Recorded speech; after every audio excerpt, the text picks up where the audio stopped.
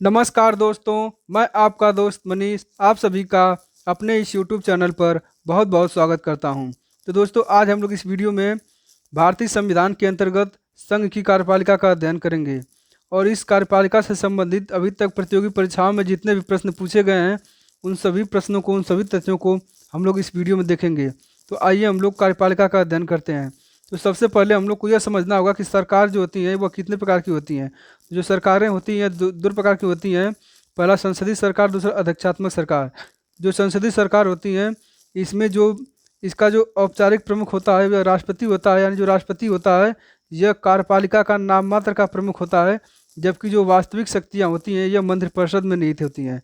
और जो प्रधानमंत्री होता है यह प्रधानमंत्री मंत्रिपरिषद का प्रमुख होता है। इस प्रकार से हम यह कह सकते हैं कि जो कार्यपालिका होता है, यह कार्यपालिका की जो वास्तविक शक्तियाँ होती हैं यह प्रधानमंत्री के अंदर निहित होती हैं। और यह जो मंत्रिपरिषद होता है, यह मंत्रिपरिषद लोकसभा के प्रति सामूहिक रूप से उत्तरदायी होते हैं। और हम लोग अध्यक्षात्मक सरकार को देख लेते हैं। तो जो अध्यक्षात्मक सरकार है इसमें जो वास्तविक शक्तियाँ होती हैं यह राष्ट्रपति में निहित होती हैं। जो अमेरिका देश है, अमेरिका में अध्यक्षात्मक शासन प्रणाली को अपनाया गया है, क्योंकि वहाँ का जो प्रमुख होता है यानी जो वास्तविक शक्तियाँ होती हैं वह राष्ट्रपति में ही निहित होती हैं। और हम लोग यह देख लेते हैं कि जो संघ सरकार है, संघ सरकार की व्यवस्था भारतीय संविधान में कहाँ से कहाँ तक किया गया है और इस संघ सरकार के अंतर्गत कौन कौन से लोग आते हैं। तो जो संघ सरकार है इसका व्यवस्था भारतीय संविधान के भाग 5 में किया गया है और इसका जो वर्णन है यह अनुच्छेद 52 से लेकर 151 तक दिया गया है।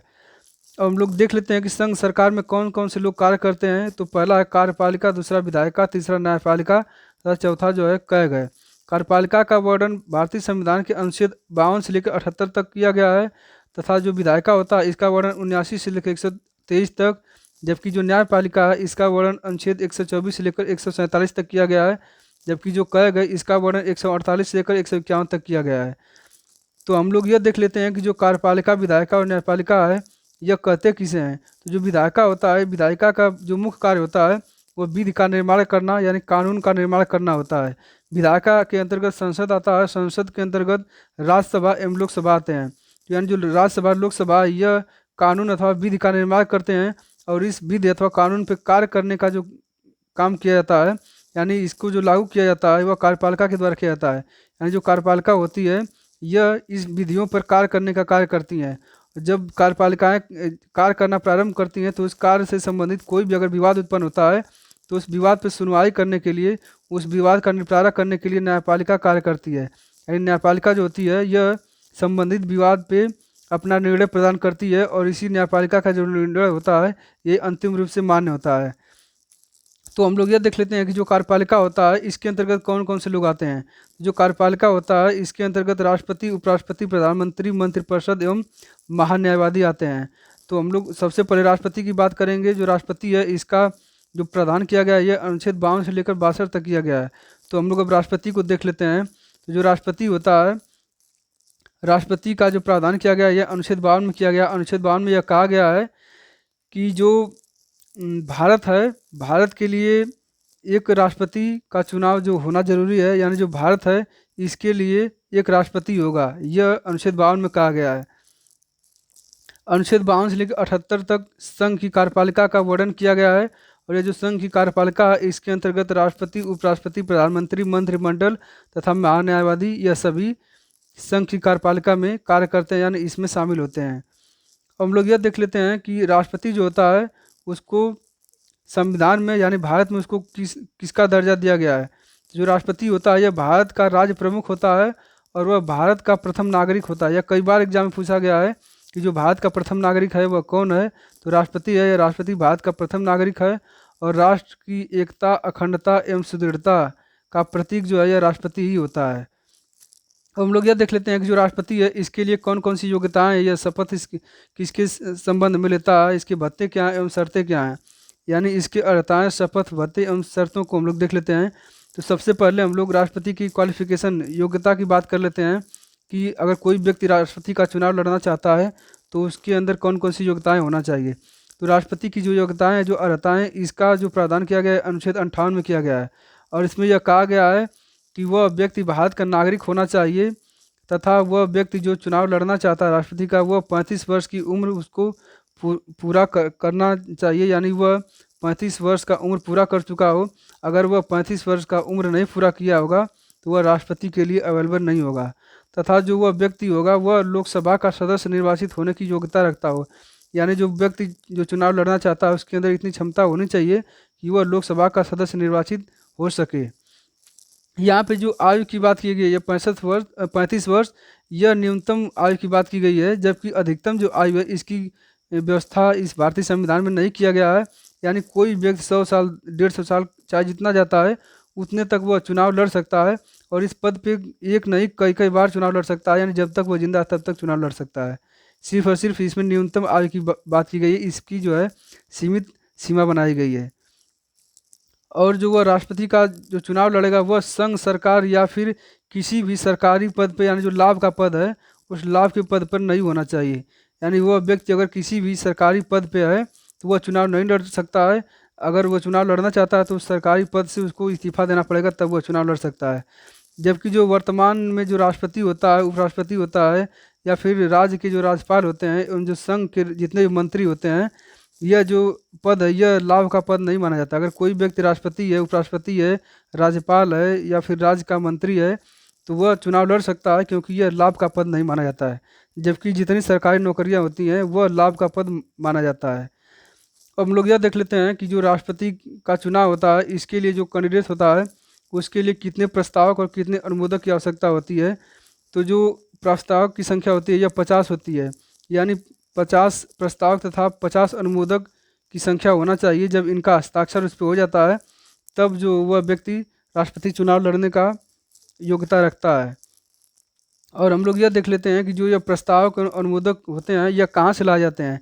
तो जो निर्वाचक मंडल होता है, निर्वाचक मंडल के जो सदस्य होते हैं उन्हीं सदस्यों में से यह 50 अनुमोदक एवं 50 प्रस्तावक की संख्या जो होती है वहीं से ली जाती है। और जो व्यक्ति राष्ट्रपति का चुनाव लड़ना चाहता है उसको जमानत की राशि जमा करवाई जाती है। यह जो राशि निर्धारित की गई यह 15,000 है, और यह जो जमानत की राशि 15,000 है यह भारतीय रिजर्व बैंक यानी RBI में उस व्यक्ति को जमा करना होता है। यह जो जमानत राशि जमा करवाई जाती है इसका मूल उद्देश्य यही होता है कि अगर उस व्यक्ति से यह पैसा जमा करवाया जाएगा तो वह उस चुनाव को गंभीरता से लेगा और उस चुनाव को अच्छे से तैयारी करके लड़ेगा। अगर यह जमानत राशि नहीं जमा कराई जाती तो कोई व्यक्ति मनमाने ढंग से ऐसे ही देखने के लिए वह चुनाव लड़ जाएगा। तो जमानत राशि देने का मूल उद्देश्य यही है कि वह व्यक्ति जो है गंभीरता से उस चुनाव को लड़ेगा।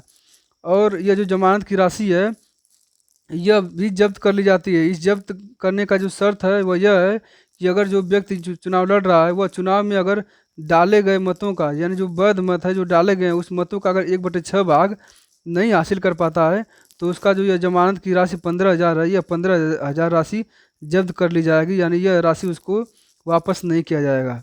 और हम लोग राष्ट्रपति के शपथ और प्रतिज्ञान यानी जो शपथ होता है जिसको ओथ बोलते हैं इंग्लिश में, इसकी बात कर लेते हैं कि इसका प्रावधान संविधान के किस अनुच्छेद में क्या किया गया है। तो जो अनुच्छेद 60 है इसमें राष्ट्रपति के शपथ की बात किया गया है। इसके अनुसार यह कहा गया है कि जो उच्चतम न्यायालय के मुख्य न्यायाधीश हैं या फिर जो मुख्य न्यायाधीश अगर अनुपस्थित हैं या उपस्थित नहीं है तो उच्चतम न्यायालय का जो सबसे बुजुर्ग व्यक्ति है यानी जो सबसे वरिष्ठ न्यायाधीश हैं उस न्यायाधीश के समक्ष जो है भारत के राष्ट्रपति को शपथ दिलाया जाएगा। यह कई बार एग्जाम में पूछा गया है कि अगर उच्चतम न्यायालय का मुख्य न्यायाधीश उपस्थित नहीं है तो कौन जो है राष्ट्रपति को शपथ दिलाएगा। तो यह उस उच्चतम न्यायालय का जो सबसे वरिष्ठ न्यायाधीश होगा, जो सबसे बुजुर्ग न्यायाधीश होगा, वही राष्ट्रपति का शपथ दिलाएगा। हम लोग राष्ट्रपति के पदावधि की बात कर लेते हैं। तो जो राष्ट्रपति की पदावधि है यह अनुच्छेद 56 में इसका वर्णन किया गया है, और इसमें यह कहा गया है कि जो राष्ट्रपति की पदावधि है उसके पद धारण करने की तिथि से 5 वर्ष तक होगी। हालांकि अगर राष्ट्रपति चाहता है तो इससे पहले ही यानी समय से पूर्व ही वह अपने पद से इस्तीफा दे सकता है। जैसे कि कई बार एग्जाम पूछा गया है कि जो राष्ट्रपति होता है जब वह त्याग पत्र देता है तो वो किसके समक्ष अपना त्याग पत्र देता है। तो जब राष्ट्रपति अगर समय से पूर्व ही अगर इस्तीफा देना चाहता है तो वह त्याग पत्र उस राष्ट्रपति को सौंपेगा, यानी उपराष्ट्रपति को त्याग पत्र दे करके वह अपने पद से हट जाएगा। और जब तक कि उसका उत्तराधिकारी पद ग्रहण नहीं कर लेता है तब तक जो राष्ट्रपति होगा वह अपने 5 वर्ष के कार्यकाल के उपरांत भी बना रहेगा। जैसे मान लीजिए कि अगर राष्ट्रपति 5 वर्ष पूरा कार्यकाल कर लिया है लेकिन फिर भी उस पर अगर चुनाव नहीं हुआ है तो तब तक वह राष्ट्रपति उस पद पे बना रहेगा जब तक कि चुनाव नहीं हो जाता है। और यह जो चुनाव कराया जाता है यह 6 महीने के भीतर करवा लेना अनिवार्य होता है।